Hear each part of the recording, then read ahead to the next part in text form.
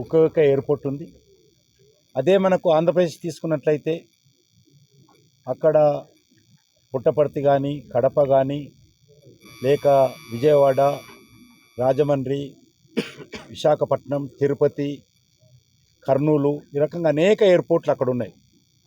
మనకు ఒకే ఎయిర్పోర్ట్ హైదరాబాద్లో ఉంది. కాంగ్రెస్ పార్టీ ప్రభుత్వం పూర్తిగా గతంలో ఎయిర్పోర్ట్ ఏర్పాటు చేసినప్పుడు తెలంగాణ పట్ల వివక్షత చూపించింది కాబట్టి మనకు హైదరాబాద్కు ఒకే ఎయిర్పోర్ట్కు పరిమితమయ్యాం. నేను కేసీఆర్ ముఖ్యమంత్రిగా ఉన్నప్పుడు అనేక ఉత్తరాలు వరంగల్ ఎయిర్పోర్ట్ విషయంలో, ఆదిలాబాద్ ఎయిర్పోర్ట్ విషయంలో, ఖమ్మం కొత్తగూడెం విషయంలో అనేకసార్లు ఉత్తరాలు రాశాను. అనేకసార్లు మరి ఉత్తరాలు వస్తే ఏ ఒక్క ఉత్తరాన్ని కూడా ఈరోజు వరకు కూడా జవాబు రాలేదు నాకు.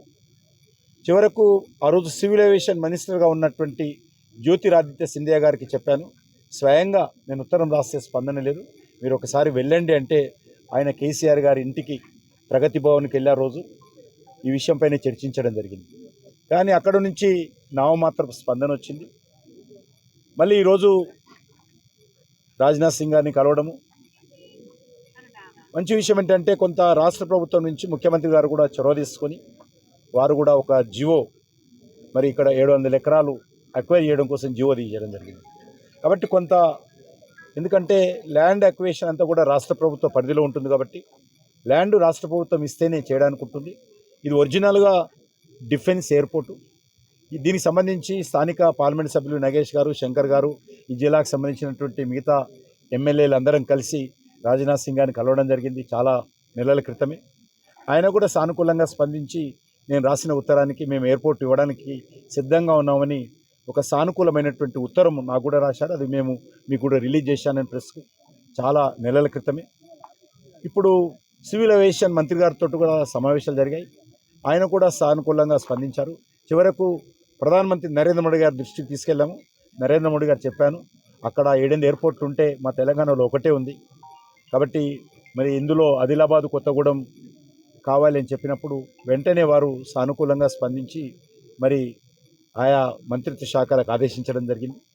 ఈరోజు దీనికి సంబంధించి కొంత రాష్ట్ర ప్రభుత్వం ముందుకు రావడంతో డిఫెన్స్ కూడా, ఎందుకంటే డిఫెన్స్ ల్యాండ్లో సివిల్ ఏవియేషన్కి ఇవ్వాలంటే చాలా కష్టంగా ఉంటుంది. అటువంటిది ప్రధానమంత్రి గారి ఆదేశాలతో రక్షణ శాఖ మంత్రి అయినటువంటి రాజ్నాథ్ సింగ్ గారు ఈ యొక్క ల్యాండు సివిల్ ఏవియేషన్ సంబంధించి మనము సివిలియన్స్ ఉపయోగించుకునే విధంగా ఎయిర్పోర్ట్ ఉపయోగించుకోవచ్చు అని చెప్పారు. అయితే ఈరోజు సివిల్ ఏవియేషన్ మినిస్ట్రీ ఏమంటుందంటే ఇది చిన్న ఎయిర్పోర్టు, రన్వే చాలా చిన్నది, ఇక్కడ చిన్న విమానాలు మాత్రమే దీని మీద దిగొచ్చు తప్ప ప్యాసింజర్ పెద్ద విమానాలు కానీ లేకపోతే అంతర్జాతీయ స్థాయి విమానాలు కానీ దిగడం కష్టము.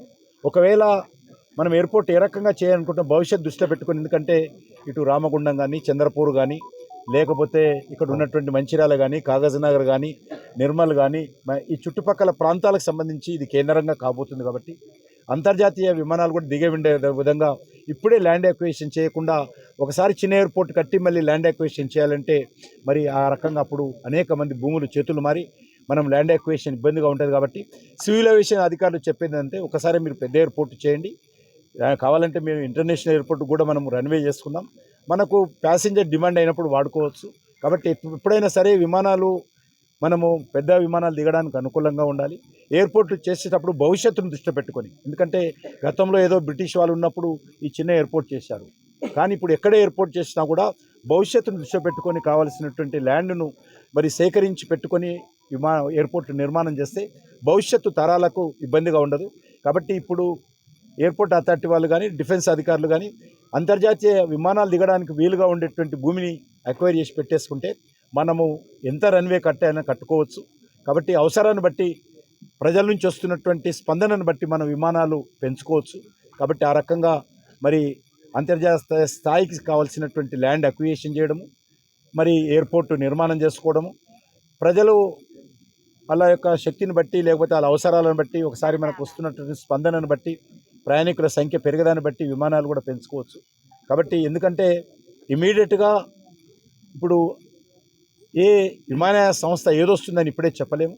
కాబట్టి ఒకసారి నిర్మాణం పూర్తయి మనం చాలా పనులు ఉంటాయి, ఇక్కడ క్లియరెన్సెస్ తీసుకోవాల్సి ఉంటుంది. ఎయిర్పోర్టు అథారిటీ ఆఫ్ ఇండియా వాళ్ళకి సంబంధించినటువంటి వాళ్ళు ఇక్కడ టెక్నికల్గా పరిశీలించి ఓకే చెప్పారు. కాబట్టి ఇంకా మనకు అనేక రకాల పనులు ఉంటాయి. కాబట్టి వెంటనే మేము ఢిల్లీలో రాజ్నాథ్ సింగ్ గారి సమక్షంలో ఒక జాయింట్ మీటింగ్ ఏర్పాటు చేస్తాము. దానికి సివిల్ ఏవియేషన్ మంత్రిత్వ శాఖకు సంబంధించినటువంటి మంత్రి గారు, అధికారులు, రాష్ట్ర ప్రభుత్వానికి సంబంధించినటువంటి అధికారులకు తెలిసి ఒక జాయింట్ మీటింగ్ ఏర్పాటు చేసి దీనికి సంబంధించి ఫర్దర్ ముందుకెళ్లే విధంగా చర్యలు తీసుకుంటాం. అసలైన తొలి వెలుగు. ఫాలో వాట్సాప్ @తొలి వెలుగు అఫీషియల్.